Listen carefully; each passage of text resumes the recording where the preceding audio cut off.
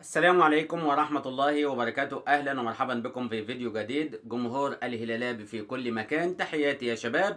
الودية رقم 3 في معسكر إثيوبيا لنادي الهلال من أجل الاستعداد القوي لدوري أبطال إفريقيا، والنية مبيتة التأهل إلى الأدوار المتقدمة. هكذا عنونت الإدارة بالتعاون مع فلوران من أجل نادي الهلال وشعبية وجماهيرية نادي الهلال في القارة الإفريقية ألا تتوقف عند دور المجموعات. واضح الهدف جليا من خلال الاستعدادات القوية، من خلال التعاقد مع صفقات قوية من المحترفين، من خلال أيضا تجديد العقود النهاردة. قبل ما أكلمكم على التعادل الإيجابي 1-1 في الودية رقم 3 ضد البنك الأثيوبي، عايز أقول لك إن إدارة الهلال النهاردة بتغلق 3 ملفات بنجاح: تجديد عقود والحفاظ على استقرار الفريق، الحفاظ على قوام الرئيسي للفريق قبل الدخول في معترك دوري أبطال إفريقيا، عشان كامل التركيز يكون عند اللاعبين، يكون عند الجهاز الفني، يكون واصل للجمهور ان القوام الرئيسي لا يجب التفريط فيه. النهارده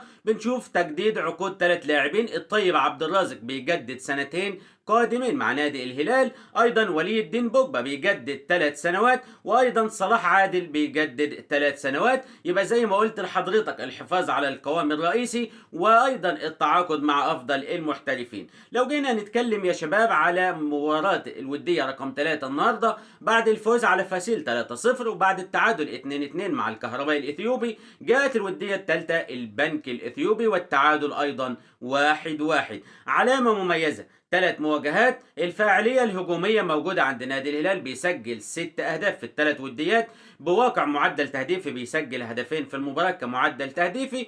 لكن في علامة مميزة يا شباب: 6 أهداف لنادي الهلال بيسجلهم 6 لاعبين.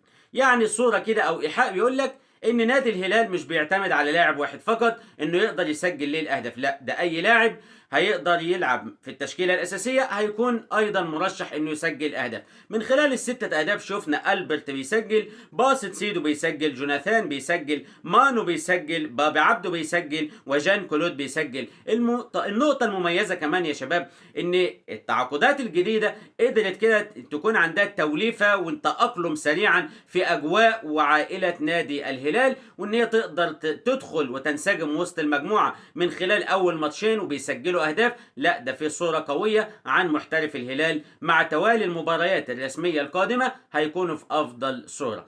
نقطة كمان مميزة في معسكر نادي الهلال، قولوا ما شاء الله يا شباب، يعني في جو من العائلة، في جو من المرح، في جو من المحبة ما بين اللاعبين. مش مهم من بيلعب أساسي ومن احتياطي، لكن من خلال الصور اللي بنشوفها يا شباب، طبعا المباريات غير منقولة تلفزيونيا، ولكن من خلال التصريحات اللي بتصدر من اللاعبين او من الاداره، الصفحات الرسميه لنادي الهلال والمحبين، بنعرف اخبار نادي الهلال الان في انتظار ان شاء الله تعالى المباريات الرسميه القادمه. فمن خلال الصور اللي بتصدر بتشوف في جو عائلي ومحبه غير عاديه بين اللاعبين. ده بيساعد كتير جدا في التاقلم بسرعه، بيساعد كتير جدا في تقديم الافضل لنادي الهلال، وهو ده العامل المميز في تولي فلوران لقياده نادي الهلال في هذه المرحلة. التعادل الإيجابي في الودية الثالثة أعتقد مش هتكون الأخيرة، لسه يكون في وديات قادمة، لأن مباراة بترو أتلتيكو هتكون 25 نوفمبر بإذن الله تعالى. عايز أقول لك إن خلاص بشكل رسمي المباريات هتكون في تنزانيا دار السلام،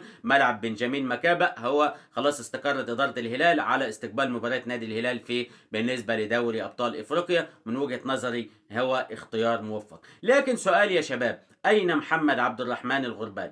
هو احنا عارفين انه كان مصاب مع المنتخب السوداني، هل هو متواجد في معسكر المنتخب السوداني في السعودية استعدادات مباريات المنتخب السوداني لتصفيات كأس العالم، ولا الإصابة يعني عايزين نطمن عليه، هل هو لسه مصاب ولا أصبح جاهز المباريات؟ يا ريت اللي عنده معلومة يدلنا في قسم التعليقات حول هذا السؤال عشان نطمن على لاعب من أهم لاعبي الكرة السودانية في الوقت الحالي، قائد خط الهجوم محمد عبد الرحمن الغربال.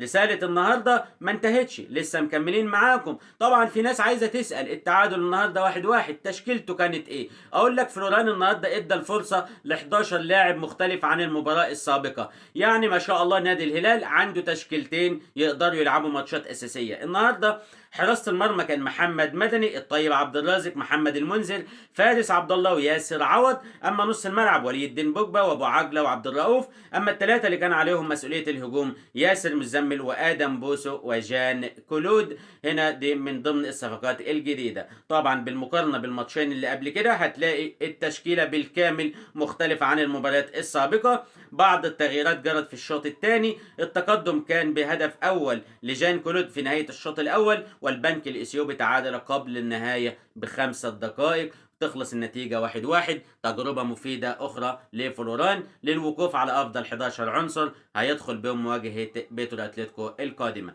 بسعد بالمتابعة، بشكركم على التعليقات الإيجابية إخواني في الله. دمتم في أمان الله وحفظه.